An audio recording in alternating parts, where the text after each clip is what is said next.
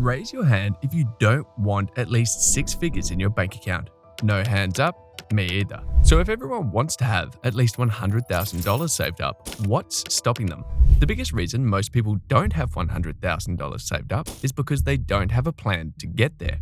Unless you are handed a trust fund, a six-figure bank account is a huge goal. And to get there, you need a budget and a timeline where you plan to put money away consistently for years. So if you don't have a plan to save 100K, you need a plan. In particular, you need a budget. But sometimes, even when we think we've made the perfect budget and feel like we're trying really hard to save, it doesn't seem to work out. Or we're not seeing the results we want quickly enough. If that's the case, the most likely culprit is your spending. You are likely spending money in areas you don't really need to. Keep in mind, you want to spend money like an investor, even if it's not an investment. What does that mean? Before making a purchase, consider, will this help me improve in the long run? If it won't, that's a drain, not an investment, and it's holding you back. Let's get specific and look at some of the biggest expenses that keep people from their savings goals. The number one wealth killer is your car. We know it's hard to hear, but your car is draining your net worth. Why is it so damaging to your savings goals? First and most obviously, cars take a lot of money to operate and maintain. Not only that, but cars immediately depreciate. Gone is the day of the car becoming more valuable as the years go by if you take care of it. No, cars lose most of their value as soon as you drive them off the lot. This makes them a sure loss. If you can avoid buying a car and still get around all right, that's the best thing to do. But that's not feasible for most people. So if you need a car, pay cash for something older and more reliable. Then at least you aren't taking on debt and you'll minimize maintenance costs. Here's another draining expense that you will be able to correct quickly: subscriptions. Do you really need 5 streaming services? Do you need more than one music app? Even more critically, do you need any paid music apps? Go through your credit card statement, circle all of your subscription payments. Look at each one and decide if you really need it indefinitely or if you can cancel it, even for a year. Give the entertainment items an even harder look. You may be surprised how much you are paying for that every month that you don't even use. The next one will seem obvious, but it bears repeating. Avoid impulse shopping. If you tend to buy on impulse, make it harder on yourself. Don't save your credit card number in your browser. Adding the step of having to get up to go get your card and type in all the numbers might give you the chance you need to think twice about whether you really need that air fryer right now. The best philosophy is to always wait a day before buying anything. If you can cultivate this habit, you will give yourself a chance to really think about an item, so you're more likely to only buy things you will use. Another huge obstacle to saving is debt. The average household debt without mortgages, which are more of an investment, is $21,800. This is 1/10 of $100,000, so it's obviously a big drag on that goal amount. It's the unfortunate fact of the matter that you will need to pay off your debt before you can really start building up net worth. If you do have a lot of debt, consider getting a debt consolidation loan. This can help you get a better interest rate on your total debt amount, so you can pay it off faster. One other reason you might be struggling to save is the place you live. Many places have an incredibly high cost of living right now. Rent is especially inflated in several areas. For instance, an income that can barely afford a decent mobile home in California could get you a 3-bedroom single-family home in Maine. If you have the flexibility, consider moving to a less expensive neighborhood, city, or even state. Moving is expensive, but it can be worth it if it means lowering your expenses by 50% or more. You'll be able to spend a lot less, save a lot more, and possibly still have a better quality of life. You might also be struggling to save because your income simply isn't enough. On certain levels of income, saving anything can feel impossible. One thing that all of us can do to improve our earning potential is to invest in your own education. Whatever your current level of education, a certification or degree could help you advance and earn more.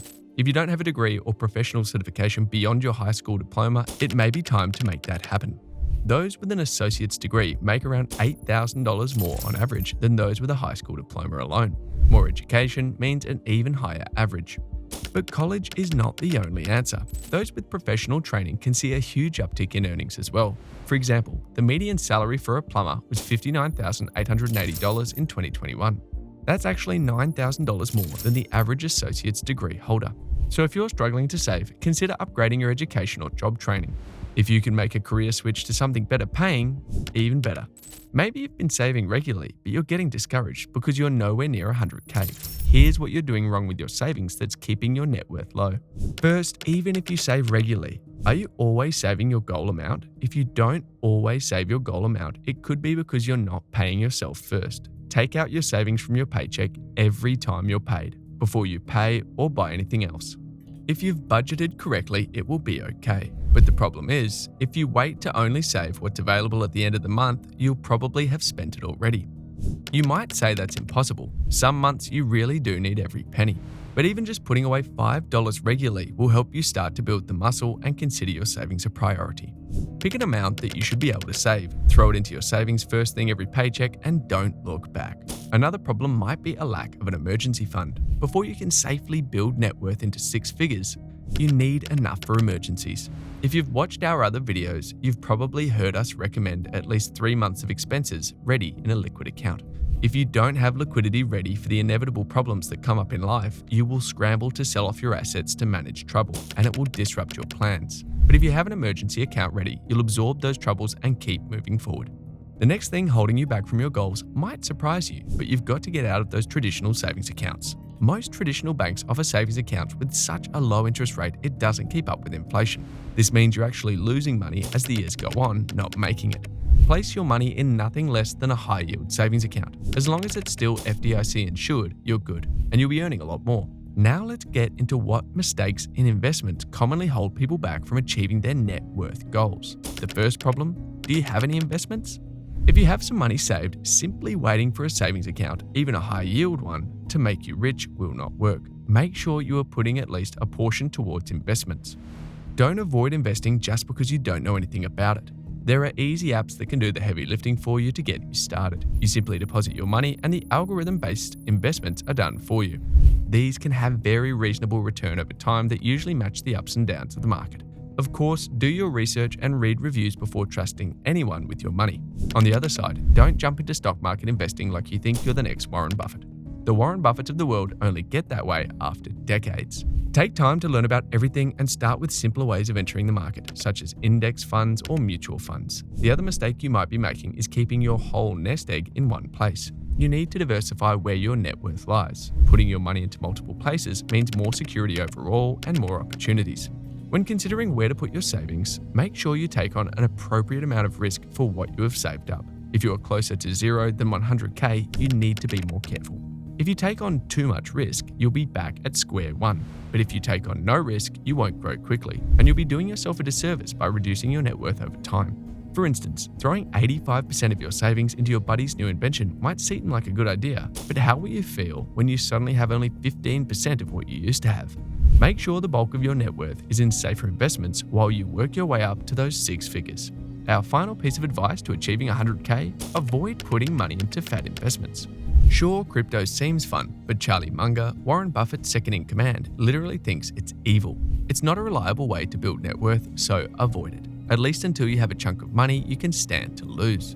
If you're ready to start investing and growing your net worth, you might be holding back because of the big bad recession looming on the horizon. Charlie Munger knows how to invest during the economy's natural boom and bust cycles. Watch this video to find out how.